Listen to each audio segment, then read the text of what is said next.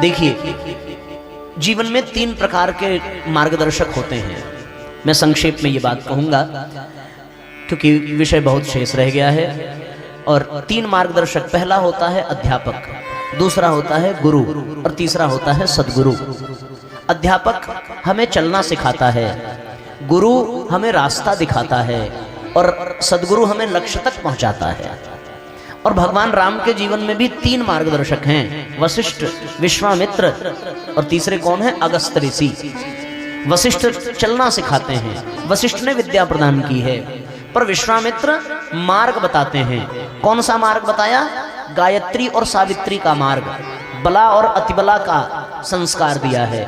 विश्वामित्र ने भी दीक्षा दी है। कौन सी दीक्षा दी है? गायत्री मंत्र की दीक्षा दी है। इसके पहले ये वर्णन तो आता है कि प्रातःकाल उठ के रघुनाथा, माता पिता गुरु नामई माथा। ये वर्णन तो आ रहा है भगवान के जीवन में कि वो सवेरे जगते हैं, वो सवेरे जग करके वो भगवान को, अपने माता को, अपने पिता को वो प्रणाम करते हैं, अपने गुरु को प्रणाम करते हैं। ये वर्णन आता है। लेकिन जब विश्वामित्र उनके जीवन में आ गए हैं और विश्वामित्र ने जब उनको ये शिक्षा, ये विद्या प्रदान कर दी है, तो फिर इस विद्या को प्राप्त कर लेने के पश्चात भगवान के विषय में गोस्वामी जी एक बड़ी सुंदर बात लिखते हैं। और गोस्वामी जी सुंदर बात ये लिखते हैं कि सवेरे जग करके भगवान प्रतिदिन संध्या वंदन का क्रम संपन्न करते हैं। ये बहुत सुंदर बात लिखी है। इसके पहले भगवान के संध्या वंदन का कहीं कोई संयोग निकल करके नहीं आ रहा है। लेकिन जब विश्वामित्र जी आए और जब उन्होंने गायत्री और सावित्री की विद्या प्रदान की है, तब भगवान राम, लक्ष्मण, इनके विषय में ऐसा वर्णन आता है कि इन्होंने संध्या वंदन का क्रम अपनाया है। वर्णन आता है, निशि प्रवेश मुनि आय सुदीना। रात्रि का प्रवेश होते ही, यानी सांझ, सूरज ढलने लगा, रात्रि का प्रवेश मतलब सांझ हो गई, गोधूली बेला, उसको कहते हैं रात्रि का प्रवेश। अब दिन पलायन कर रहा है, रात्रि आ रही है। अब तक तो ये था कि प्रातःकाल उठ के रघुनाथा, माता पिता गुरु नामई माथा, सवेरे जगते हैं और माता पिता को, गुरु को प्रणाम करते हैं। लेकिन जब विश्वामित्र जी आए और उन्होंने गायत्री और सावित्री की दीक्षा प्रदान की है, तो यहाँ से भगवान का एक नियम बन गया, निशि प्रवेश मुनि आय सुदीना। जैसे ही सांझ ढलती है वैसे सब ही संध्या वंदन कीन्हा। क्या संकेत है? कि सब संध्या वंदन करते हैं। संध्या वंदन का तात्पर्य क्या है? संध्या वंदन उस पद्धति को कहते हैं जिसमें गायत्री मंत्र का जप किया जाता है, उसी को संध्या वंदन कहते हैं। आप अन्य कोई भी पूजा पाठ कर लीजिए, चाहे आप हनुमान चालीसा पढ़ लें, दुर्गा चालीसा पढ़ लें, कुछ भी कर लीजिए, कोई भजन कर लीजिए, कोई स्तुति कर लीजिए, भगवान का नाम जप कर लीजिए, सब कुछ कर लीजिए, यज्ञ भी कर लीजिए, लेकिन वो कुछ भी संध्या वंदन में नहीं आता। संध्या वंदन तभी माना जाएगा जब आप गायत्री मंत्र का जप करेंगे। और सनातन धर्मियों के लिए संध्या वंदन अनिवार्य बताया गया है। जो संध्या वंदन नहीं करता वो सनातन हो ही नहीं सकता, वो हिंदू हो ही नहीं सकता। हिंदू होने का प्रमाण क्या है? जैसे आपने मुस्लिम भाइयों को देखा होगा, शुक्रवार को वो 3 बार की नमाज पढ़ते हैं। जो उस दिन मस्जिद में नहीं जाएगा, जो नमाज नहीं पढ़ेगा, उसे उनके संप्रदाय का नहीं माना जाएगा। ऐसा कठिन नियम है। उसी प्रकार हमारे यहाँ भी बहुत प्राचीन काल से ये नियम था कि हिंदू वही है जो त्रिकाल संध्या करता हो, सूर्योदय के समय और मध्य दोपहर में और फिर सूर्यास्त के समय। संध्या वंदन, पूजा पाठ नहीं, अगरबत्ती जला देना, दिया जला देना, प्रसाद चढ़ा देना, चालीसा पढ़ लेना, भगवान का नाम जप कर लेना, राधे श्याम सीताराम, कुछ भी आप कर लीजिए, पर संध्या वंदन वो तब बनेगा जब उसमें गायत्री मंत्र की कम से कम 1 माला जप उसमें जरूर हो, अन्यथा वो संध्या वंदन नहीं है। और शास्त्र क्या कहता है? शास्त्र कहता है सर्वे शास्त्रा द्विजा प्रोक्ता न शैवा न च वैष्णवाहा। सब शास्त्र और सब द्विज कहते हैं, चाहे वो शैव परंपरा का हो, चाहे वो वैष्णव परंपरा का हो, वो कुछ भी करे, कोई भी पूजा पाठ, कोई भी विधि अपना ले, अगर वह गायत्री मंत्र का जप नहीं करता है, आदि शक्ति समुपासनते, अगर वो गायत्री मंत्र की उपासना नहीं करता है, तो उसका किया हुआ जितना भी पूजा पाठ, जप, ध्यान, तीर्थाटन है, वो सब व्यर्थ हो जाता है। सब जैसे भोजन बिना नमक के व्यर्थ हो जाता है, उसी प्रकार अगर एक माला गायत्री मंत्र का जप न हुआ तो आप चाहे जितना पूजा पाठ करिए, वो सब व्यर्थ हो जाता है। ये बात हम अपने मन से नहीं कह रहे हैं, ये शास्त्रों में लिखा है। आज व्यक्ति संध्या वंदन नहीं करता और इसीलिए उसे पूजा पाठ का कोई लाभ नहीं मिलता, कोई लाभ नहीं मिलता। ये जान लीजिए, आप चाहे जितना मंदिर चले जाइए, और ये बात मैं बहुत सोच समझ करके ये बात आपसे कह रहा हूँ, व्यासपीठ से कह रहा हूँ, और ऐसा नहीं है कि मैंने कोई अशास्त्रीय बात कह रहा हूँ, मैं एकदम शास्त्र की बात कहता हूँ। जब तक गायत्री मंत्र का एक माला कम से कम जप न किया जाए, तब तक आपके पूजा पाठ का आपको कोई लाभ मिलेगा ही नहीं, ऐसा शास्त्रों में लिखा है। इसलिए हमारे यहाँ संध्या वंदन का नियम है, त्रिकाल संध्या। पर इस कलिकाल में अगर त्रिकाल न संभव हो सके तो कम से कम 2 समय, प्रातः काल या फिर शाम के समय में, 2 समय में करें। और 2 समय में भी ना हो सके तो 24 घंटे में कम से कम एक बार गायत्री मंत्र का एक माला जप प्रतिदिन कम से कम एक माला होना ही चाहिए, अन्यथा आपके द्वारा किया गया कोई भी तीर्थाटन, कोई भी पूजा पाठ सब व्यर्थ हो जाता है। आप किसी भी पंडित जी से पूछ लें, आप अपने घर में कोई यज्ञ करा करके देख लीजिए, आप सारी आहुतियां देंगे, फिर आप देखेंगे कि पंडित जी अचानक से चुप हो जाएंगे और केवल वो स्वाहा स्वाहा बोलते हैं। होता है ना, तो वो उनसे पूछिए आप कि वो चुप क्यों हो गए, केवल स्वाहा स्वाहा क्यों बोल रहे हैं, तो वो बताएंगे आपको। जब तक गायत्री मंत्र से आहुति न पड़ जाए तब तक यज्ञ पूर्ण हो ही नहीं सकता। उसी प्रकार जब तक गायत्री मंत्र का जप न हो जाए तब तक आपके कोई भी पूजा पाठ का आपको लाभ नहीं मिल सकता। ये जान लीजिए, ये गायत्री मंत्र सनातन पद्धति है संध्या वंदन की, और यहाँ भगवान त्रिकाल संध्या करते हैं, त्रिकाल संध्या। आप देखिए कि जैसे ही रात्रि का प्रवेश हो रहा है, निशि प्रवेश मुनि आयसु दीना, सबही संध्या वंदन कीन्हा। जैसे ही सांझ हुई है सबने संध्या वंदन किया, ये शाम का समय। उसके बाद एक और चौपाई आती है, गोस्वामी जी लिखते हैं क्या, सकल शौच करी जाई नहाए। स्नान व्यक्ति कब करता है, सवेरे, सकल शौच करी जाई नहाए, और फिर नित्य निबाही मुनि सिर नाए। नित्य निबाही यानी नित्य कर्म संपन्न करने के बाद ऋषि विश्वामित्र को वो प्रणाम करते हैं, और नित्य कर्म में संध्या वंदन अनिवार्य है। संध्या वंदन को नित्य कर्म कहा जाता है। स्नान कर लेने के पश्चात नित्य कर्म में संध्या वंदन यानी गायत्री मंत्र का जप करना और सूर्य को जल का अर्घ देना, ये नित्य कर्म में आता है। जब तक इसको न किया जाए तब तक आहार और जल को ग्रहण करना भी निषेध बताया गया है हमारे शास्त्रों में हिंदू धर्मियों के लिए। अगर आप हिंदू हैं, अगर आप राम और कृष्ण के वंशज हैं, अगर आप ऋषियों की संतान हैं, तो चाहे वो स्त्री हो, चाहे पुरुष हो, चाहे वो बालक हो, चाहे वो वृद्ध हो, उसे गायत्री मंत्र का एक माला जप करके ही अन्न और जल ग्रहण करना चाहिए। ये अनिवार्य है, अनिवार्य है, इसका कोई विकल्प नहीं है, किसी के पास नहीं है। कोई कितना भी बड़ा बन जाए, आप देखिए स्वयं भगवान राम भी गायत्री मंत्र का जप कर रहे हैं, ये जान लीजिए। और स्वयं भगवान महाभारत की आप कथा पढ़ें, जब भगवान कृष्ण शांति पर्व में शांति वार्ता करने के लिए शांति दूत बनकर के हस्तिनापुर जा रहे हैं, संध्या वंदन का समय हुआ, भगवान ने अपना रथ रुकवाया है और वृक्ष के नीचे बैठ करके अपना गायत्री जप पूर्ण किया है, उसके बाद वो हस्तिनापुर गए हैं। ऐसा वर्णन है महाभारत में। भगवान शंकर गायत्री मंत्र का जप करते हैं। बालकांड में चौपाई आती है, महामंत्र जोई जपत महेशु, काशी मुकुट हेत उपदेशु। महामंत्र का जप करते हैं भगवान शंकर, और महामंत्र है क्या, महामंत्र जितने जग माही, को गायत्री समनाही। देखिए राम राम जपना ये मंत्र का जाप नहीं है, ये नाम का जाप है। कृष्ण नाम जपना, राधे श्याम जपना, ओम नमो भगवते वासुदेवाय, ये सब नाम जप है, ये 12 अक्षर के मंत्र हैं। पर महामंत्र क्या है? महामंत्र केवल और केवल गायत्री मंत्र ही है। तो यहां पर भगवान जब जगते हैं तो सकल शौच करी, स्नान करने के पश्चात नित्य निवाही, नित्य कर्म संपन्न करते हैं अपना, और उसके बाद ऋषि विश्वामित्र की शरण में जाते हैं। ऐसा यहां पर वर्णन आया है साथी। सोचिए जरा सा, तो शाम की भी संध्या भगवान कर रहे हैं और सवेरे की भी संध्या भगवान कर रहे हैं। और दोपहर के विषय में क्या लिखा है? लिखा है कि विगत दिवस गुरु आयसु पाई,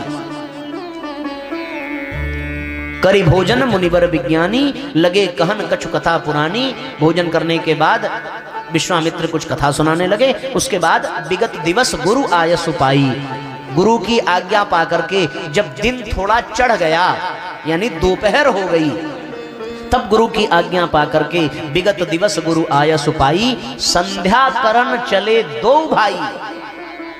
क्या कहा? संध्या करन चले दो भाई। संध्या वंदन करने के लिए प्रस्थान करते हैं दोपहर में। त्रिकाल संध्या का दर्शन है और किसके द्वारा कराया जा रहा है? चले दो भाई, यानी रामचरितमानस में, रामायण में सबसे श्रेष्ठ पात्र कौन सा है? स्वयं भगवान राम है। इसीलिए गोस्वामी जी किसके विषय में कह रहे हैं? कौन त्रिकाल संध्या कर रहा है?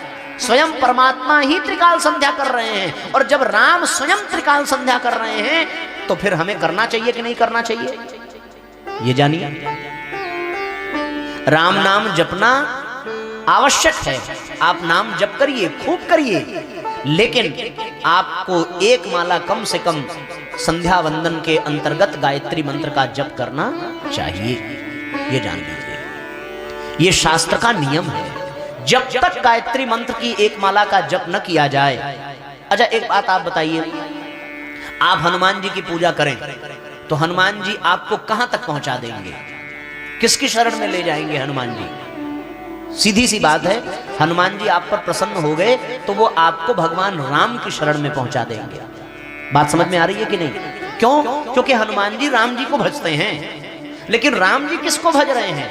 राम जी कौन से मंत्र का जाप कर रहे हैं? गायत्री मंत्र का। तो अगर आपने राम जी का भजन किया तो राम जी आपको कहां पहुंचा देंगे? गायत्री माता की शरण में। और गायत्री है क्या?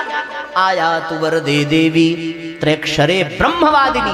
गायत्री ब्रह्म है। शतपथ ब्राह्मण में क्या लिखा है? गायत्री वै ब्रह्म, ब्रह्म वै गायत्री, गायत्री ति ब्रह्म। ब्रह्म ही गायत्री है और गायत्री ही ब्रह्म है। जो प्राणों का त्राण कर दे वो गायत्री है। गजान प्राणान त्रायते सा गायत्री।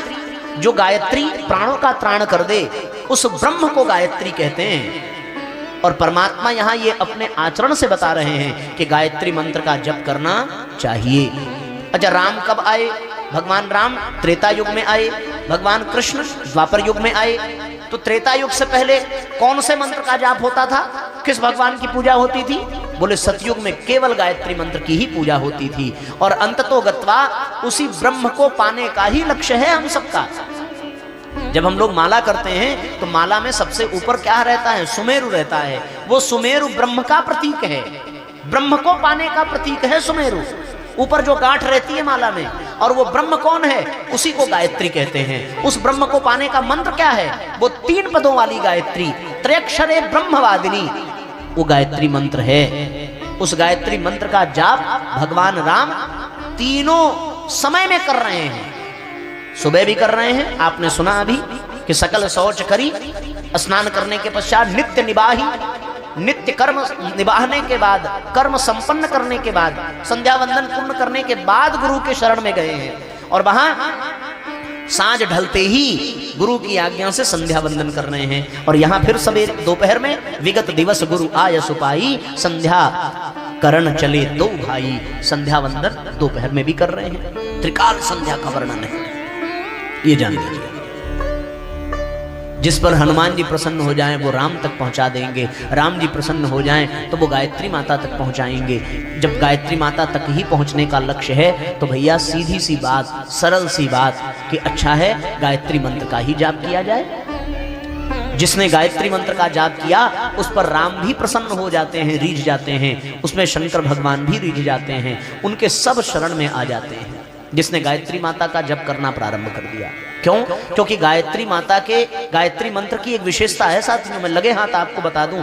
गायत्री मंत्र की एक विशेषता यह है कि गायत्री मंत्र जब हम लोग जप करते हैं तो हमारे आसपास एक ऐसा चुंबकीय औरा तैयार हो जाता है, एक ऐसी आकर्षण शक्ति तैयार हो जाती है कि हमारे आसपास जितने भी गुण हैं, सद्गुण हैं, सत्प्रवृत्तियां हैं, वो खींच करके हमारे भीतर प्रवेश करने लगते हैं। गायत्री मंत्र की विशेषता है, ये जान लीजिए। जैसे आप सांस लेते हैं तो सांस लेते समय आपकी नासिका के द्वारा वायु आपके शरीर में प्रवेश करती है, पर नासिका में छोटे छोटे रोम होते हैं, उन बालों के कारण अशुद्ध वायु अंदर नहीं प्रवेश कर पाती, केवल और केवल शुद्ध वायु ही प्रवेश कर पाती है। यानी जैसे छन्नी से छान करके शुद्ध वायु ही भीतर जाती है, उसी प्रकार जब कोई व्यक्ति बैठ करके एक माला गायत्री मंत्र का जप कर लेता है तो आसपास जितने भी सद्गुण सत्प्रवृत्तियां विद्यमान हैं वो सब उसके भीतर खींच करके अपने आप आने लगते हैं। और जैसे जैसे सद्गुण सत्प्रवृत्ति बढ़ने लगती है वैसे वैसे वो राम और कृष्ण का प्यारा बन जाता है। क्योंकि भगवान किसको प्रेम करते हैं? हमने कल बताया था कि भगवान सौंदर्य को प्रेम नहीं करते, भगवान सद्गुणों पर रीझ जाते हैं। भगवान सद्गुणों पर, सद्गुणी का भगवान सत्कार करते हैं और गायत्री मंत्र में सद्गुणी बना देता है। इसलिए तो स्वयं राम भगवान त्रिकाल संध्या कर रहे हैं, तीनों काल की संध्या। और हमारा अपना ये अनुभव है साथियों, हमारे घर में हमारे लिए ये नियम था, हम थे और हमारी बहन जी, छोटी बहन हमारी, तो हमारे यहाँ नियम था कि जब तक हम लोग सवेरे एक माला गायत्री मंत्र का जप नहीं करते थे तब तक हमें सवेरे का नाश्ता नहीं मिलता था। ये नियम था हमारे घर में, ये जान लीजिए। हमारे घर में भी ऐसा नियम होना चाहिए, सबके घर में होना चाहिए। आप कभी हमारे माता पिता से मिलें, हमारे बेडरूम में अमरूद का डंडा तोड़ करके रखा रहता था, हाँ, और जैसे ही ब्रह्म मुहूर्त होता था अगर हम जगे तो ठीक और न जगे तो वो डंडा पैरों पर बरसने लगता था। किसके द्वारा? माता जी के द्वारा।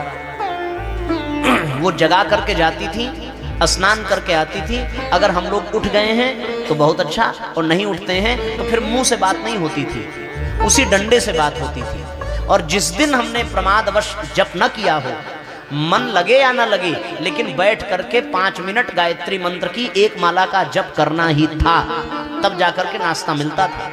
ये सवेरे का नियम था। और शाम का नियम था कि अगर अखंड ज्योति की एक कहानी न पढ़ी जाए तो रात का भोजन नहीं मिलता था। ये हमारे घर का नियम था और हमने भी आज भी वही नियम अपने घर में बना रखा है। उन्होंने हमारे लिए बनाया था, हमने अपने बच्चे के लिए बनाया है। एक माला गायत्री मंत्र, और हमारा बेटा 3 माला गायत्री मंत्र जपता है जब से उन्होंने गायत्री मंत्र की दीक्षा ली है। परिवार में सब लोग गायत्री मंत्र का जप करते हैं, ये जान लीजिए। ये आवश्यक नहीं है, ये अनिवार्य है, हर घर में होना चाहिए।